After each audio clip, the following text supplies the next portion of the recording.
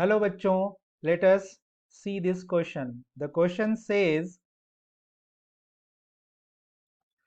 if fx is equal to 2 into e पे power x minus a into e पे power minus x plus 2a minus 3 whole into x minus 3 is monotonically increases for all real x, then the minimum value of a is.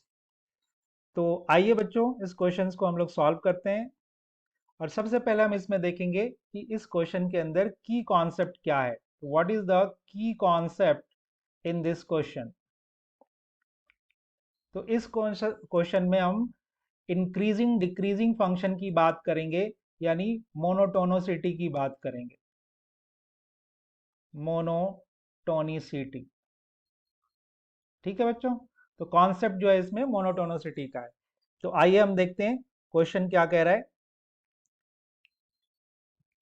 Function जो हमारे पास है f x is equal to 2 into e पे power x minus a into e पे power minus x plus 2a minus 3 whole into x minus 3। So ये एक function है, इसके बारे में कहा गया है कि मोनोटोनिकली इंक्रीजिंग फंक्शन है, तो ए की मिनिमम वैल्यू। तो इंक्रीजिंग डिक्रीजिंग फंक्शन निकालने के लिए सबसे पहले हमें क्या करना पड़ता है, एफ डैश एक्स निकालना पड़ता है। So the f dash x will be 2 into e पे power x minus a into e पे पावर माइनस एक्स, और माइनस एक्स का डिफरेंशिएशन माइनस 1 हो जाएगा, प्लस 2a माइनस 3 एक्स का 1 हो जाएगा और माइनस 3 का 0 हो जाएगा। तो फाइनली हमारे पास जो एफ डैश एक्स आ रहा है, this f dash x will be equal to 2 into e पे power x minus minus plus हो जाएगा, a इंटू ई पे power minus x plus twice a minus 3। बच्चों हमें पता है कि कोई भी फंक्शन अगर मोनोटोनिकली इंक्रीजिंग है तो हमारा जो एफ डैश एक्स है that should be greater than equal to 0। तो 2 ई पे power X plus a into e पे power minus x plus 2a minus 3 that should be greater than equal to 0। अब यहाँ पे जरा सा हम क्या करेंगे कि दोनों साइड ई पे पावर एक्स से मल्टीप्लाई कर देंगे। तो ये हो जाएगा जी 2 इंटू ई पे पावर एक्स का होल स्क्वायर प्लस यहाँ पे ई पे power minus x into e पे पावर एक्स ए हो जाएगा, और यहाँ पे हो जाएगा twice a minus 3 whole into e पे power X that is greater than equal to 0।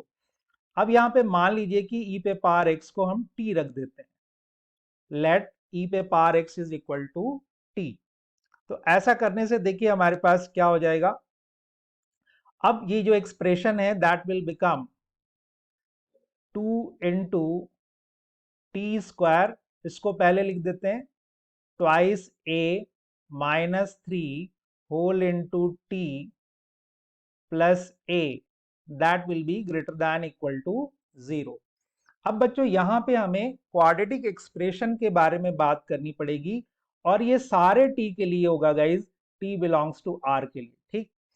तो कोई भी क्वाड्रेटिक एक्सप्रेशन इस तरह का है x square plus b x plus c, और अगर ये ग्रेटर दैन इक्वल टू 0 है सारे एक्स के लिए, ऑल रियल एक्स के लिए, तो अगर ए पॉजिटिव होता है तो इसके लिए डी नेगेटिव होना चाहिए, क्योंकि तभी इमेजिनरी रूट्स बनेंगे, ठीक। तो we will apply this condition to this expression and the value will be like this.